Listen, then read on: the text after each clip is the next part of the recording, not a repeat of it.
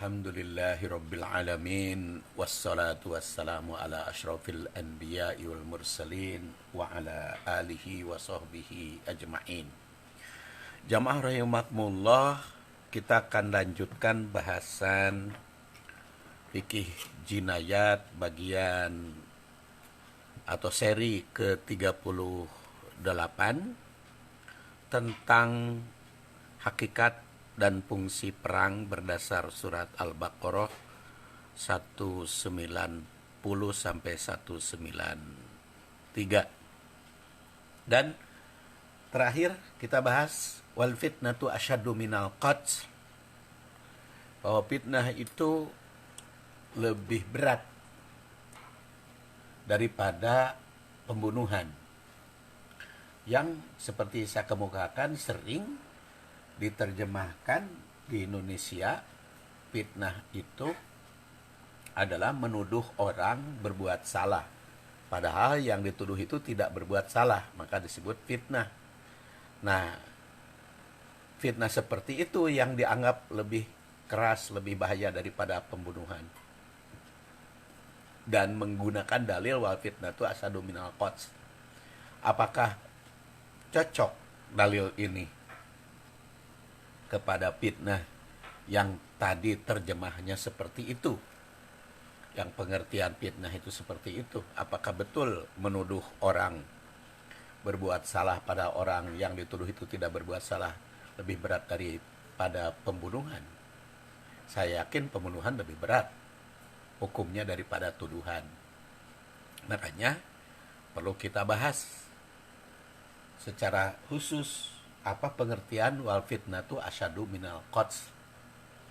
Yang kadang-kadang fitnah itu berarti cobaan, goncangan, yang secara garis besarnya atau secara langsung dalam pengertian ini adalah yang menghambat terlaksananya aturan Allah, baik yang berkaitan dengan ibadah, munakahat, muamalat, termasuk juga di jinayat, termasuk juga di dalam hukum peperangan. Karena menempatkan wal fitnatu asyaddu minal qatl dalam ayat perang. Jadi kalimat wal fitnatu asyaddu minal qatl itu berada pada ayat-ayat perang. Di tengah ayat lagi ya. Di tengah ayat perang, karena kan kalimat sebelumnya berbunyi waqtuluhum haitsu saqiftumuhum wa akhrijuhum min haitsu akhrajukum, lalu baru wal fitnatu asyaddu minal qatl. Dan di dalam Al-Qur'an memang ada tanda baca jim ya, jadi boleh berhenti wa ahrijuhum min haitsu akhrajukum. Kemudian wal fitnatu asyaddu minal qatli itu juga tersendiri, ada waqaf. Di sebelumnya ini waqaf jim, di sini juga ada waqaf jim yang menunjukkannya boleh berhenti. Artinya kalimat ini sempurna, wal fitnatu asyaddu minal qatli itu. Jadi sudah dipahami secara langsung, tapi hubungannya ya, konteksnya ayat ini ternyata berada di dalam urusan perang, yang setelah wal fitnatu asyaddu minal qatli juga disambungkan ke bab perang lagi, wala tuqatiluhum indal masjidil haram. Jadi kalau kita kaitkan dengan peperangan, hukumnya membunuh orang yang membuat kekacauan atau kegoncangan agama itu lebih baik daripada membiarkan kerusakan yang bahayanya akan lebih parah. Jadi memerangi orang yang bikin kacau itu lebih baik dibanding dengan membiarkan mereka hidup. Karena apa? Karena kekacauan yang dibikin mereka itu lebih bahaya dibanding pembunuhan. Jadi oleh karena itu tegasnya bahaya fitnah membunuh orang yang membuat kekacauan atau kegoncangan agama lebih baik daripada membiarkan kerusakan yang bahayanya lebih berat lagi. Di ayat ini memberi isyarat bahwa fungsi perang yang keempat adalah memberantas fitnah. Fitnah di sini memerangi kekacauan, memberantas fitnah lebih aman dibanding peperangan. Karena kalau tidak terjadi perang kepada fitnah, maka fitnah merajalela. Nah, itu lebih berbahaya dibanding peperangan terjadi. Karena apa? Karena keamanan ibadah jauh lebih penting dibanding kehancuran, dibanding keterhalangan. Nah, orang yang membuat kekacauan di dunia, hukumannya adalah hukuman mati. Agar seluruh dunia selamat. Kalau ada orang bikin kekacauan, sama. Saya kira itu kekacauan dalam bidang fitnah, seperti membuat orang terkena narkoba, ya. Narkoba juga kan itu membuat persoalan di masyarakat, menimbulkan kekacauan. Maka kalau dibiarkan narkoba itu merajalela, itu bahayanya seluruh manusia. Maka memerangi atau dikatakan tadi membunuh orang yang pengedar narkoba, orang yang membuat kecanduan masyarakat, membunuh mereka itu lebih ringan dosanya. Karena membiarkan kekacauan diakibatkan oleh narkoba, oleh perampokan, oleh pembegalan, itu lebih berbahaya. Dan Abu Hayyan berpendapat bahwa fitnah di sini mengandung arti. Jadi al-fitnatu asadu minal qats oleh Abu Hayyan itu mengandung arti beberapa hal. Pertama, fitnah di sini berarti murtad atau kufur setelah Islam. Jadi berbuat kufur setelah Islam, kemudian memerangi kaum muslimin. Itu adalah fitnah.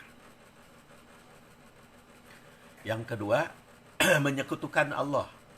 Jadi bertuhan kepada selain Allah, menyembah berhala, atau menyembah, mempertuhankan hawa nafsu, termasuk pengertian fitnah yang kedua. Yang ketiga, kata Abu Hayyan, fitnah di sini adalah dengan sengaja melanggar apa yang diharamkan, bahkan mengubah hukum. Jadi yang jelas haram diubah hukumnya, sehingga bikin kacau umat, hukum semakin tidak berlaku. Nah, itu fitnah. Yang keempat, fitnah di situ adalah siksaan. Siksaan di akhirat lebih berat dibanding siksaan di dunia. Makanya orang yang mendatangkan siksaan di akhirat bisa dihukum mati. Itu menurut Abu Hayyan. Fitnah yang kelima adalah mengusir orang mukmin tanpa alasan atau tanpa dosa. Tiba-tiba orang mukmin diusir, tempat tinggalnya direbut. Nah, ini mah kelakuan orang Israel ini mah di Palestina.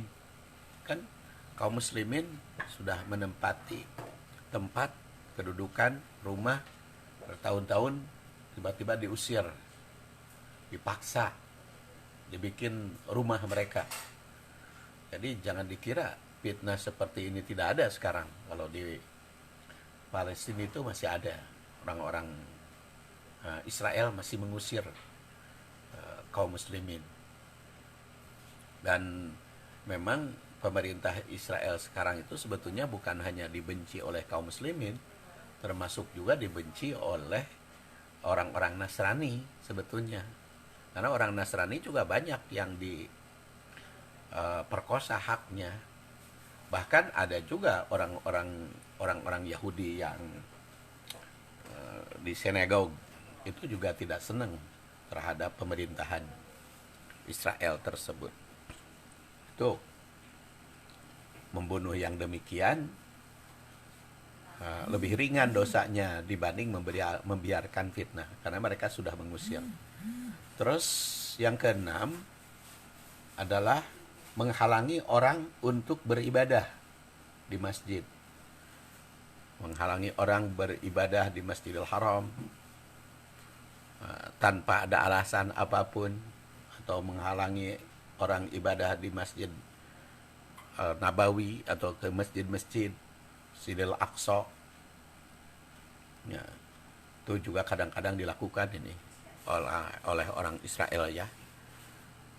Fitnah seperti ini. Tujuh adalah menindas dan memaksa Muslim agar murtad. Memandah, menyiksa, menindas, merayu agar kaum muslimin murtad. Itu juga fitnah. Dan fitnah, 7 macam fitnah seperti ini, kata Abu Hayyan, lebih berat kalau dibiarkan dibanding pembunuhan. Maka membunuh orang yang seperti itu boleh dilakukan. Jadi ketujuh macam dosa tersebut termasuk fitnah yang lebih kejam dari pembunuhan. Nah, memang kalau menurut Abu Hayyan, menuduh orang berbuat salah pada orang yang tidak salah itu tidak termasuk di sini ya. Tidak termasuk al-fitnatu asyadu minal qatsli. Karena orang yang melakukan fitnah seperti itu boleh dihukum mati. Tapi yang seperti dilakukan menurut Abu Hayyan 7 macam. Sedangkan menurut Ar-Raji, fitnah itu kufur pada Allah dan menghalangi orang lain dari keimanan. Itu yang termasuk fitnah yang lebih kejam dan lebih berat dosanya dibanding dengan pembunuhan. Karena apa? Karena kufur menyebabkan kekal di neraka. Sedangkan pembunuhan tidak seberat kufur dosa dan siksaan. Kejam dari pembunuhan itu adalah perbuatan kufur, melakukan kerusakan, mengganggu ketentraman ibadah, atau melakukan apa yang menimbulkan kekacauan. Itu fitnah. Kemudian wala tuqatiluhum indal masjidil haram. Jadi kalau berdasar wal fitnatu asyadu minal qats, salah satu fungsi dari peperangan adalah memberantas fitnah.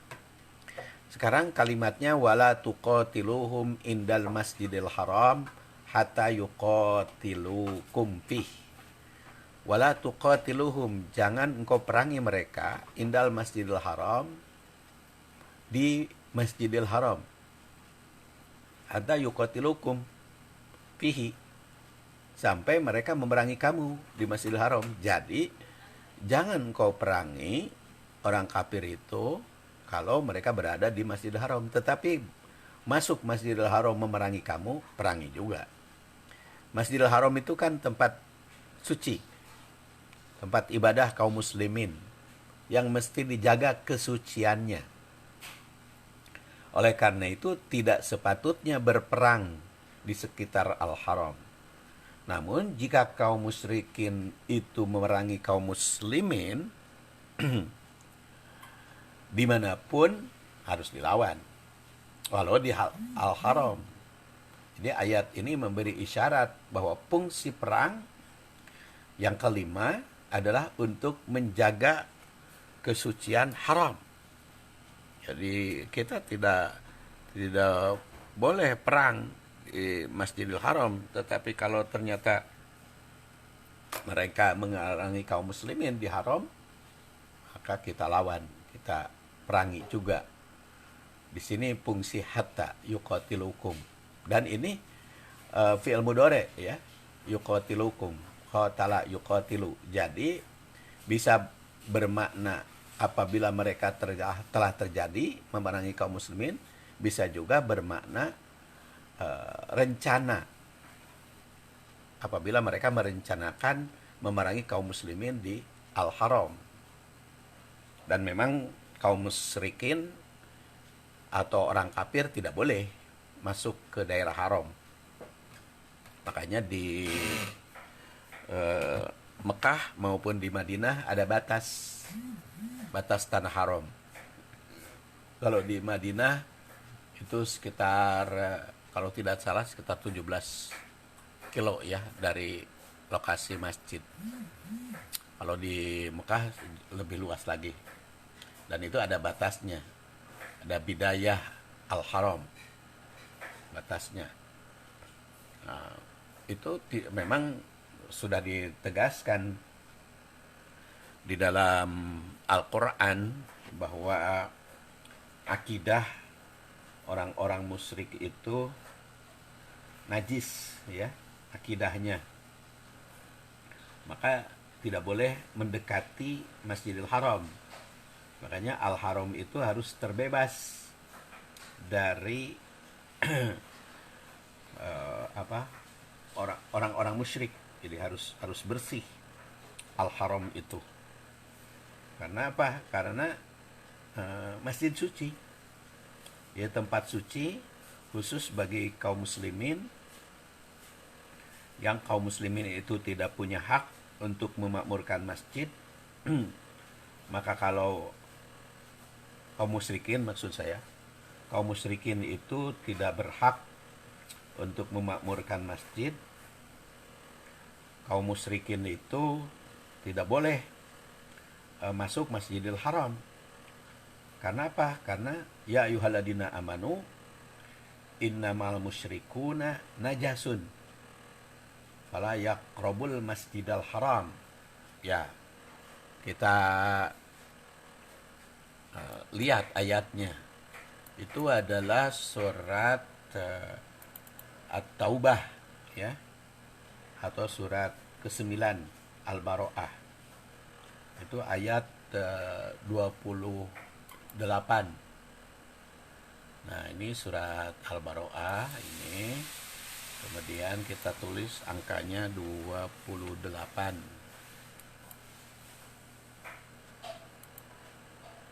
Ini.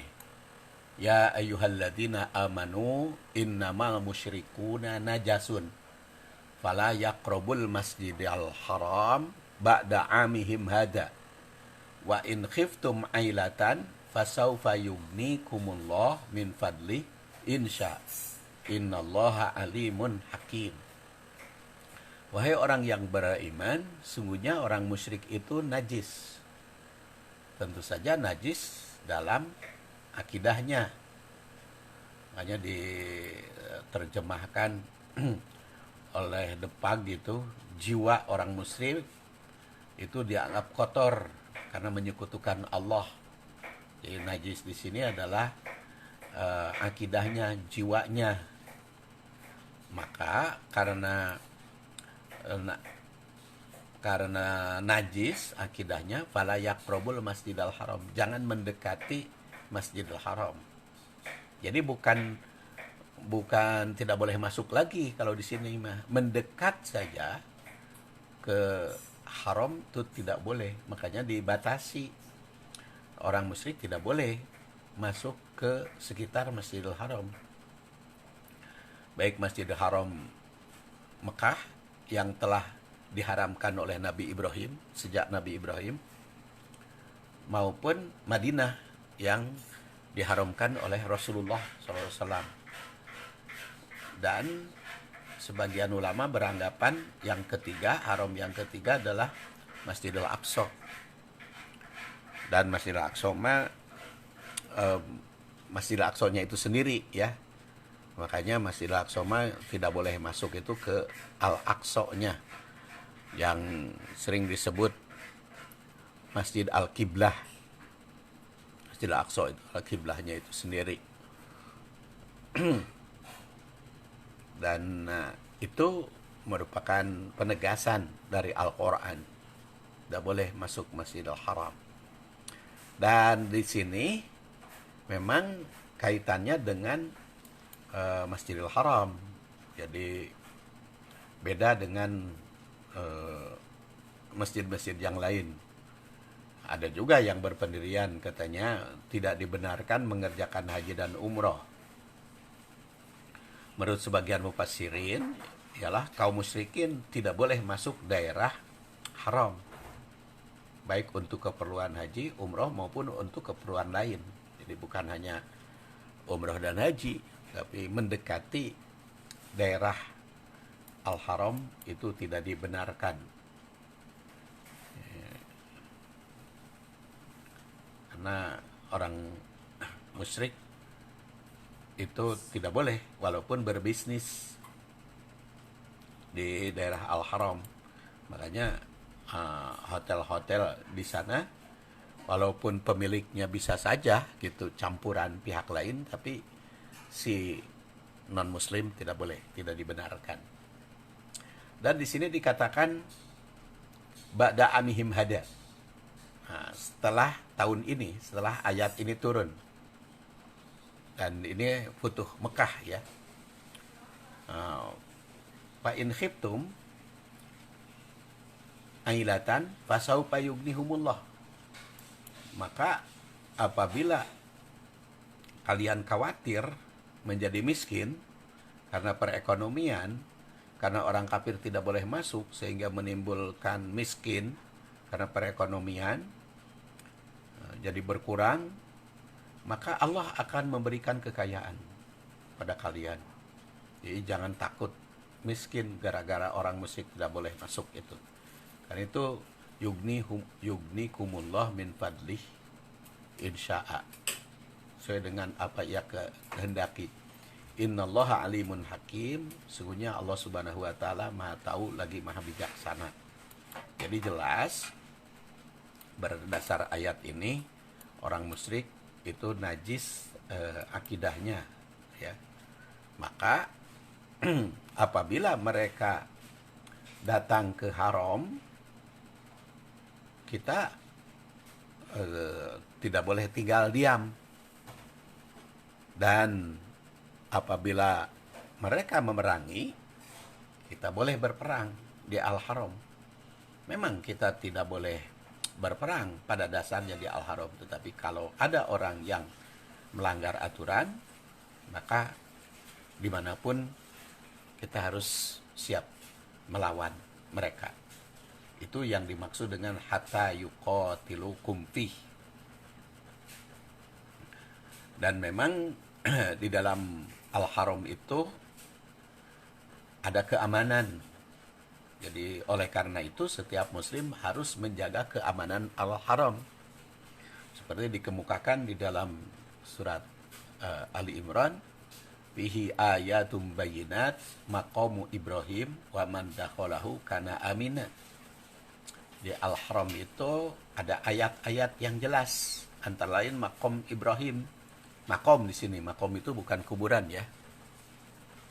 Jadi beda maqam bahasa Arab dengan bahasa Indonesia. Kalau bahasa Indonesia kan maqam itu artinya kuburan, tapi kalau bahasa Arab maqam itu semacam prasasti. Kalau kita pergi ke Yordan atau ke Palestina, di situ ada makom Syu'aib, makom Musa, tapi itu bukan berarti kuburannya di situ. Cuman karena sudah wafat mereka itu, maka lambangnya kuburan. Tapi itu bukan kuburan beliau, ya.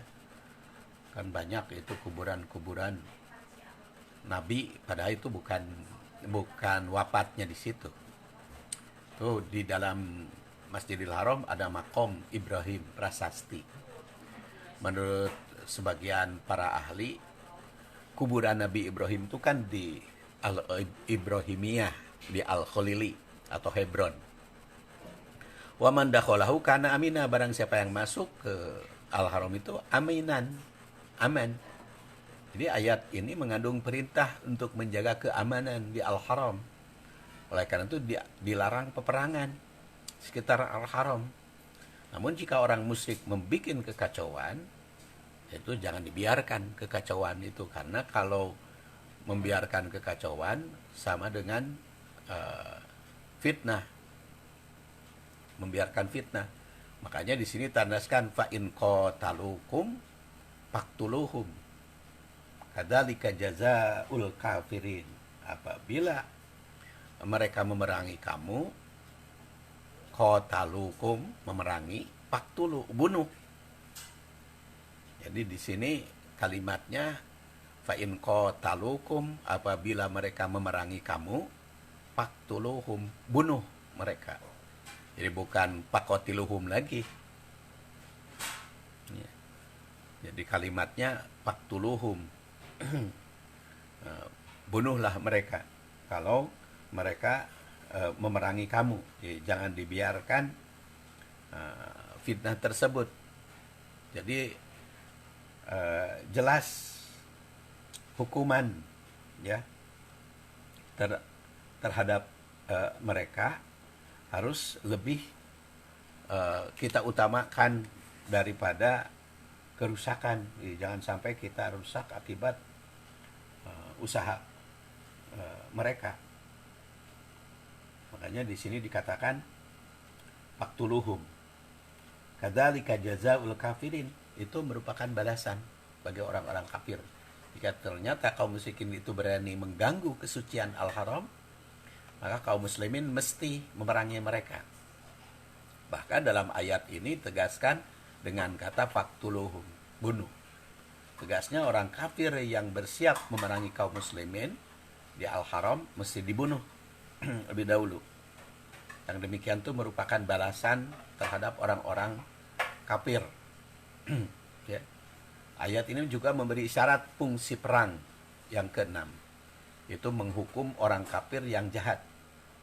Perang demi melawan pemerang merupakan salah satu penegakan hukum Qisas. Orang kafir yang merencanakan perang mesti diperangi agar tidak terjadi peperangan. Nah, balasan pada orang kafir yang dikenal kafir harbi, orang kafir yang memerangi kaum muslimin, itu merupakan perdamaian yang mesti diciptakan kaum muslimin. Maka muslim sangat mencintai perdamaian. Kenapa itu diperangi? Jazaa'ul kafirin, kadzalika jazaa'ul kafirin. Ini sebagai pembalasan bagi orang-orang kafir. Nah, kita akhiri dulu, nanti kita lanjutkan dengan kalimat fa inin tahu fa innallaha ghafurur rahim. Kita akhiri. Ghafarallahu li wa lakum walhamdulillahirabbil alamin. Assalamualaikum warahmatullahi wabarakatuh.